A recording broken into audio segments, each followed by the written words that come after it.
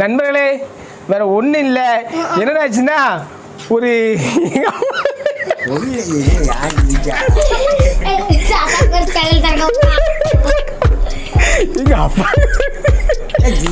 இது என்ன இஷ்யூனா, தஞ்சாவூரில் டிஎம்கே சார் விவசாயிகள் போராட்டம் நடந்துச்சு. இந்த காவிரி இஷ்யூ சம்மந்தப்பட்ட ஒரு போராட்டம். இதில் பேசுகிறப்ப நம்ம என்ன பெண்களை இழிவுபடுத்துகிற மாதிரி சில வார்த்தைகள் பேசியிருக்காரு. இதை நம்ம டிவிகே சார்பாக கேஸ் ஃபைல் பண்ணியிருக்காங்க. மகளிர் நீதி சார்பாக தஞ்சாவூர் போலீஸ் வந்து காலையிலே உதயநிதியை அரெஸ்ட் பண்ணியிருக்காங்க. நடந்ததெல்லாம் நினைச்சு பார்த்தா வாழ்க்கை ரொம்ப வெறுப்பா இருக்கு மச்சான். இந்த கண்ணாடியை பார்த்து நீயே காரி துப்பிக்கோ மச்சான். ஓப்பனா ஒன்னு கேக்கட்டுமா? நான் வாழ்ந்து என்னடா சாதிக்க போறேன்? நானும் ஓப்பனா ஒன்னு சொல்லவா? உன்னெல்லாம் யாரா வாழ சொன்னா?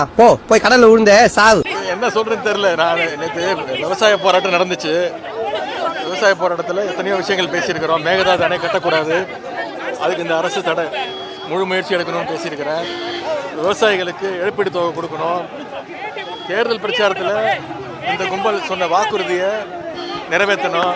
விவசாயிகளை இதுக்கு மேலே ஏமாத்தாதீங்க அப்படின்னு பல கருத்துக்களை பேசியிருக்கிறேன். நான் பேசாத ஒன்று கட் காப்பி பேஸ்ட் பண்ணி இந்த கட்சி ஆரம்பிச்ச 2.5 வருஷத்துல இதை மட்டும் தான் பண்ணிட்டு இருக்காங்க. ஆனா உண்மையா என்ன பேசியிருக்காரு?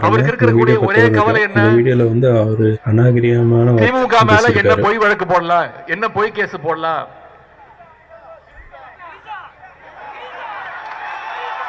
எங்க தண்ணி வருதோ இல்ல அங்க தண்ணி வரணும். காவிரி சொன்னேன். இங்க அங்க அவ்வளோ அமளித்தமளி நடக்கும்போது இங்க பாருங்க, ஒரு டிஎம்கே தொண்டர் வந்து ஒரு டிஎம்கே உடன்பிறப்பு வந்து பேரிகேட் மேல குதிச்சு விளையாண்டுட்டு இருக்காரு.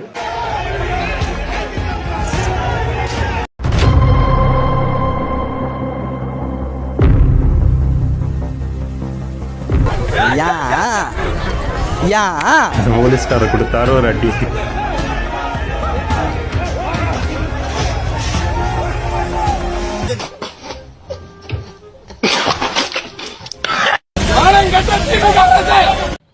என்னடி சொல்ற? நீ என்ன சொல்ற?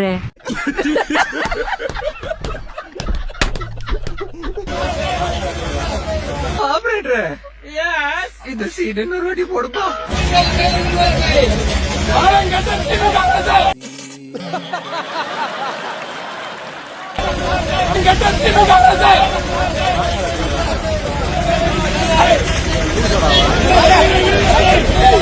இதுக்குதான் படிங்கடா படிங்கடான்னு அடிச்சுக்கிட்டேன். முட்டா பசங்கடா, அருந்துகிட்ட முண்டங்களா.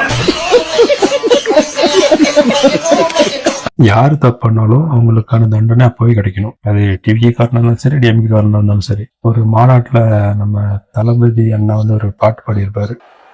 எதிர்காலம் வரும், என் கடமை வரும், இந்த கூட்டத்தின் ஆட்டத்தை ஒழிப்பேன்.